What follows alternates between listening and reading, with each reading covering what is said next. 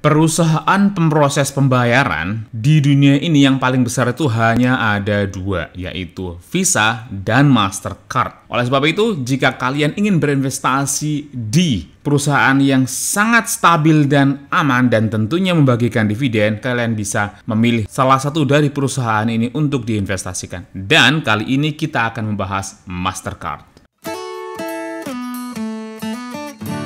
Hai Sobat Investor, selamat datang di Slam Invest dan kali ini kita akan membahas perusahaan Mastercard ya. Salah satu perusahaan yang sangat-sangat layak untuk diinvestasikan bagi orang yang ingin investasinya itu stabil dan tentunya aman ya. Apakah kalian berpikir Mastercard itu akan tetap ada 10 tahun ke depan? Kalau saya sendiri sangat yakin ya bahwa Mastercard akan terus bisa bertahan dan bahkan berkembang dalam tahun-tahun ke depan ya. Karena mereka ini mendominasi perusahaan pembayaran yang ada di dunia, Sobat Investor. Namun sebelum kalian lanjut, jika kalian suka dengan topik-topik tentang investasi dan kripto, kalian bisa klik tombol subscribe-nya, nyalakan lonceng notifikasinya agar terus mendapatkan update terbaru dari Slam Invest. Dan jika kalian ingin mendapatkan kode referral dari saya untuk berinvestasi di aplikasi-aplikasi investasi populer, silahkan kalian lihat di kolom deskripsi. Oke, lanjut ya. Jadi, Mastercard itu adalah perusahaan pemroses pembayaran ya. Jadi, ini fungsinya adalah middleman atau perantara dari pembeli ataupun penjual, Sobat Investor. Dan zaman dulu, waktu semua masih diproses dengan cash ya, uang kertas secara langsung, Mastercard itu merupakan salah satu revolusi dalam dunia pembayaran. Dan sampai sekarang masih digunakan ya. Nah, ini yang menarik nih. Sebenarnya ada Mastercard Prepaid ya yang seharusnya itu sangat bermanfaat di Indonesia ya. Tapi sayangnya, sepengetahuan saya masih belum ada yang Mastercard Prepaid. Yang ada tuh debit card, di mana kartu Mastercard itu terhubung dengan bank dan juga credit card. Prepaid card ini mirip seperti e-money ya. Dan tentunya ini sangat bagus jika ada di Indonesia, jadi orang bisa lebih mengontrol budget pengeluarannya. Prepaid card Mastercard itu juga jangkauannya lebih banyak daripada e-money. Contohnya, kalau e-money Mandiri atau Flash BCA itu kan hanya diterima di merchant-merchant tertentu yang bekerja sama dengan Mandiri atau BCA. Tapi kalau dibilang merchant yang bekerja sama dengan Mastercard, tentunya jumlahnya jauh lebih banyak dan juga bahkan diterima di belahan dunia manapun, Sobat Investor. Jadi ini seharusnya sangat potensial ya untuk dikembangkan juga di Indonesia, Sobat Investor. Lalu ada satu lagi yaitu gift card. Ini juga sangat-sangat jarang saya dengar ada di Indonesia. Padahal ini bagus sekali sih, kita berikan kepada orang-orang yang terdekat dengan kita agar bisa membelanjakan uang yang ada di dalam gift card ini, Sobat Investor ya. Jadi ini layanan-layanannya yang ada di Indonesia itu baru ada dua ya, yaitu credit card dan juga debit card, Sobat Investor.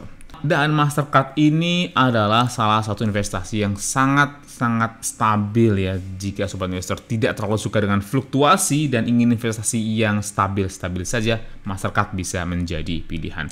Lanjut kita ke sahamnya di Google Finance. Mastercard Incorporation diperdagangkan di bursa New York Stock Exchange dengan kode ticker MA. Per tanggal 7 Oktober tahun 2022,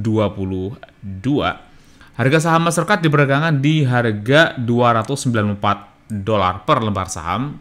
Lumayan mahal ya, tapi kalau kita di Indonesia bisa menggunakan aplikasi GoTrade, Nonovest atau eToro, itu bisa membeli dari sekitar $1 saja. Manfaatkan itu, Sobat Investor. Dalam satu hari terakhir turun 1,46%, dalam 5 hari terakhir naik ya 2,47%, dalam 1 bulan terakhir masih turun 12%, ini lumayan ya diskonnya. Dalam 6 bulan terakhir masih turun 15% dan dalam 1 tahun terakhir ternyata masih turun 15%. Tentunya ini nggak jauh-jauh ya, karena adanya pandemi dan juga resesi global yang membuat orang tentunya lebih menghemat uangnya dan akan menghemat pengeluarannya juga dan berimbas kepada pendapatan dari Mastercard ini, Sobat Investor. Kalau kita lihat dari fundamental Mastercard yang begitu kuat, seberapapun diskonnya itu adalah peluang bagi Sobat Investor untuk melakukan pembelian saham ini, Sobat Investor. Sedangkan dalam 5 tahun terakhir ternyata ya dalam jangka panjang ini masih naik sampai 100% ya. Terlihat di sini betapa kuatnya Mastercard ini. Sebenarnya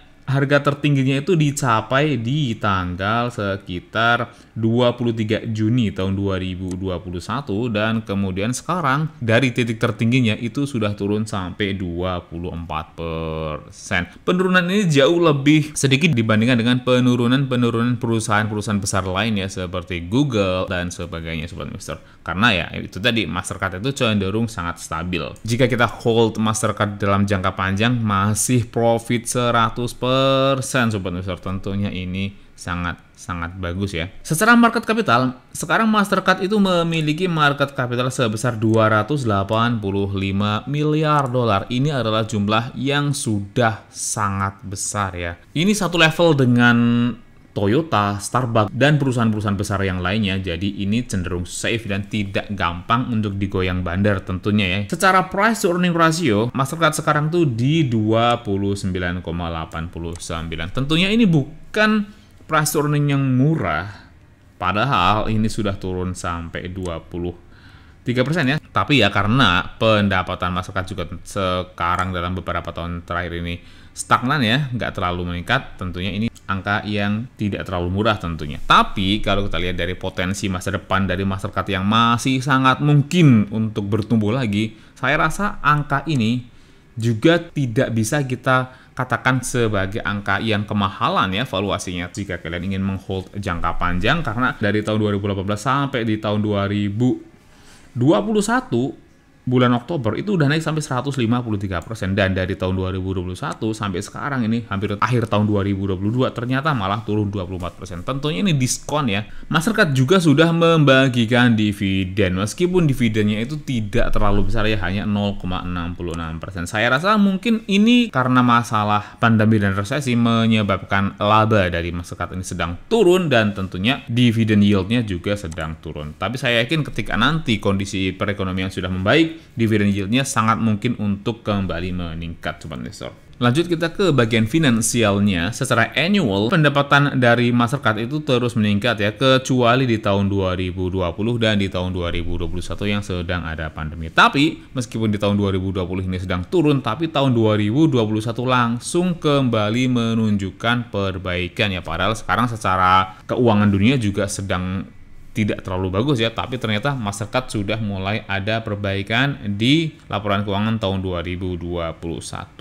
Kita lihat di sini, tahun 2018 itu revenue-nya 14 miliar dolar, di tahun 2019 naik menjadi 16 miliar dolar atau naik 12%, di tahun 2020 turun menjadi 15 miliar dolar atau 9%, dan di tahun 2021 kembali melesat menjadi 18 miliar dolar atau naik sebesar 23%. Sedangkan laba di tahun 2021 itu naik sampai 35% atau sebesar 8,6 miliar dolar Sobat Investor. Ini yang menarik, net profit margin dari Mastercard itu sangat tinggi ya, dengan revenue sebesar 18 miliar dolar dan net income sebesar 8 miliar dolar, menjadikan net profit marginnya itu sangat besar ya, itu sampai 46%-nya Sobat Investor. Ini luar biasa menguntungkan ya, dan ini juga salah satu alasan kenapa kita benar-benar perlu mempertimbangkan Mastercard di portofolio kita Sobat Investor. Lanjut kita ke quarterly ya. Secara kuartal nih, laporan keuangan tahunannya berakhir di bulan Desember tanggal 31 ya, jadi sekarang sudah kuartal kedua. Di kuartal kedua itu juga sedang menunjukkan kenaikan yang lumayan ya, karena revenue-nya naik sampai 21% dan net income-nya juga naik sampai 10% meskipun net profit margin-nya sedikit turun 9%. Jadi secara overall, laporan keuangan dari Mastercard itu luar biasa bagusnya ya, terutama di bagian net profit margin-nya. Lanjut kita ke market bid untuk melihat lebih lanjut mengenai laporan keuangannya. Potensi upside-nya mencapai 39%. Potensi labanya masih cukup banyak ya. Short interest healthy, cukup sehat, dan dividen strength-nya sangat strong. Artinya sangat rutin membagikan dividen. Ternyata ex-dividend date-nya juga baru aja kemarin nih, baru aja membagikan dividen lagi kemarin di tanggal 6 bulan Oktober tahun 2022 Sobat Investor. employee-nya sebesar 24.000, cukup banyak ya memiliki karyawannya dengan year founded atau tahun didirikan itu sejak tahun 1966. Jadi Mastercard ini adalah perusahaan yang sudah sangat lama. Diprediksi akan naik sebesar 40% ya harga sahamnya dalam beberapa bulan ke depan tentunya. Secara profitability, price to earning-nya itu 29,89 ya. Sedangkan net profit margin-nya ya tadi udah saya sebutkan sebesar 46%. Ini luar biasa menguntungkan. Biasanya net profit margin itu kalau sudah di atas 20% saja itu saya sudah kategorikan sebagai perusahaan yang sangat-sangat menguntungkan. Dan Mastercard ini ternyata sampai 46%. Luar biasa kan? Sedangkan nih, yang lebih hebat lagi yang kalian harus bener-bener pertimbangkan Mastercard ini adalah return on equity-nya yang luar biasa bagusnya mencapai 143%. Ini adalah salah satu ROE yang tertinggi yang pernah saya lihat di bursa saham. Sedangkan ROA-nya juga 26%, artinya masih sangat tinggi Sobat Investor. Ini luar biasa ya. Lanjut kita ke bagian debt-nya. Debt to equity ratio dari Mastercard itu cukup banyak ya, sampai 2,2 kalinya. Tapi meskipun debt-nya cukup besar, dengan ROE sebesar ini seharusnya tidak ada masalah ya. Apalagi current dan quick ratio-nya juga masih di atas 1 ya, yaitu current ratio-nya 1,26. Artinya Mastercard masih memiliki dana yang sangat cukup untuk membayar hutang-hutang jangka pendeknya. Sedangkan sales dan book value-nya, price to sales-nya bisa kita lihat lumayan murah, yaitu 15 kalinya ya Sobat Investor. Sedangkan price to book-nya ini yang kita bisa lihat ya cukup mahal sampai 39,17. Memang ini adalah salah satu price to book yang sangat-sangat mahal Sobat Investor. Tapi kalau kita lihat Mastercard itu adalah perusahaan yang tidak perlu memiliki banyak infrastruktur. Artinya tidak perlu memiliki kantor cabang yang banyak, tapi layanannya bisa menjangkau ke seluruh penjuru dunia. Jadi menurut saya price to book ini bisa kita justifikasi sebagai cukup layak. Sekarang kita cek di Nasdaq. Kita cek di sini ya di dividen historinya. Mastercard itu perusahaan yang sangat-sangat rutin membagikan dividen ya. Di tahun 2021